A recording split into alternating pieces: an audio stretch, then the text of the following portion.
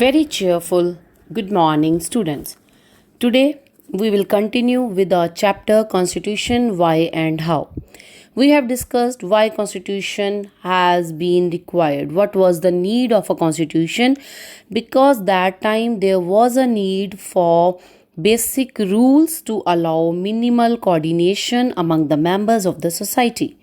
And then there should be a specific rule that how the government would be constituted, कि government कैसे बनाई जाएगी, government की powers क्या होंगी और कौन से डिसीजंस गवर्नमेंट के हाथ में होंगे जो वो ले सकेगी एंड कौन से डिसीजंस होंगे जो गवर्नमेंट लेगी लेकिन उसमें पार्टिसिपेशन जो है वो representatives of the society of the people का होगा. सो and moreover to lay some limitations on government's power by granting rights to the citizens. Citizens have been provided 6 fundamental rights and other rights so that they can lay some limitation on government's power also. Government should not be converted to dictatorship government, as in India it is a democracy, and moreover to express the fundamental identity of the people, and it enable the government to fulfill aspirations of a society and create conditions for a just society. This is what the crux which we have just finished in the last lecture. And then why constitution was required has been done, and how. For that we are continuing our lecture formation of constituent assembly, how it is formed, the nominated members they were there, and how they have come up after discussions or number of amendments, how they have come up on the consensus that everyone agreed, and later the constituent assembly it has made a complete draft for constitution, and when constitution was enforced. So I am now further continuing with the federal features of Indian Constitution today. The framers of Indian Constitution have borrowed a number of provisions as per the suitability of the nation from different countries, like from British Constitution, American Constitution, the Constitution of Canada, the Constitution of Ireland, the French Constitution, etc., along with the Government of India Act 1935. The main federal features of Indian Constitution are as follows. First is that it is written constitution. Our Indian Constitution is a written constitution. Supremacy of the constitution is there. Nothing is supreme than the constitution. It is the law book. It is rigid constitution. Rigid means it is not that easily molded. It is not easy to amend every day. It is not just a cup of tea for everyone that if you are not satisfied you can stand and say it should be changed.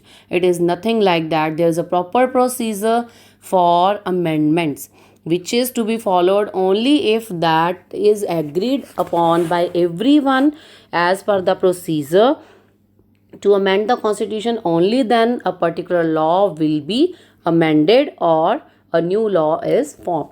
Then division of powers are divided, and we are following a system that there is a power divided among various organs of the government, and moreover at state level and at center level.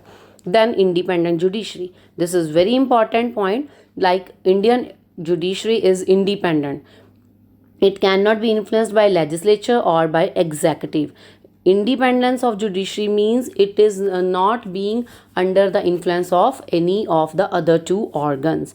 Then bicameral legislature, where you have at the national level Lok Sabha and Rajya Sabha, there are two houses, and at state level there are Vidhan Sabha and Vidhan Parishad, and so wherever it is government, then it is bicameral legislature is the structure of our constitution.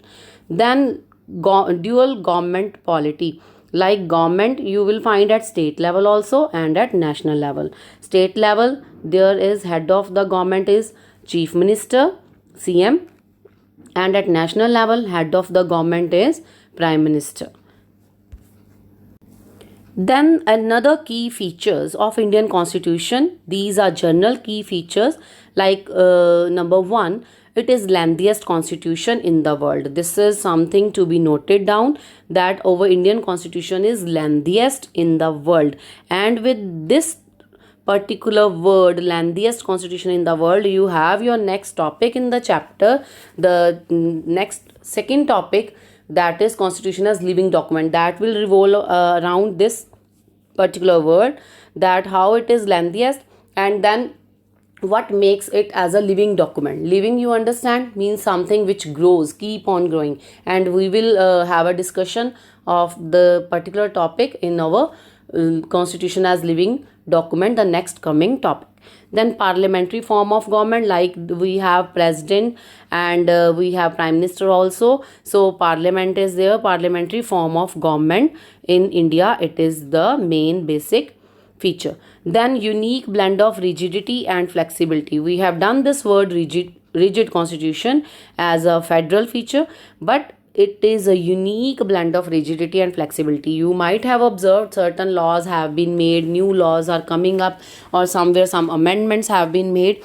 So when some amendments are there, then it shows that it has flexibility to change, to amend the constitution, but with the condition that a proper procedure is to be followed for amendment of constitution. And this complete topic, how the constitution can be amended, you have already done in your 8th class, and it continues till 10th class. Then fundamental rights, this topic already we have covered, that we have been granted fundamental rights, 6 fundamental rights and their explanation.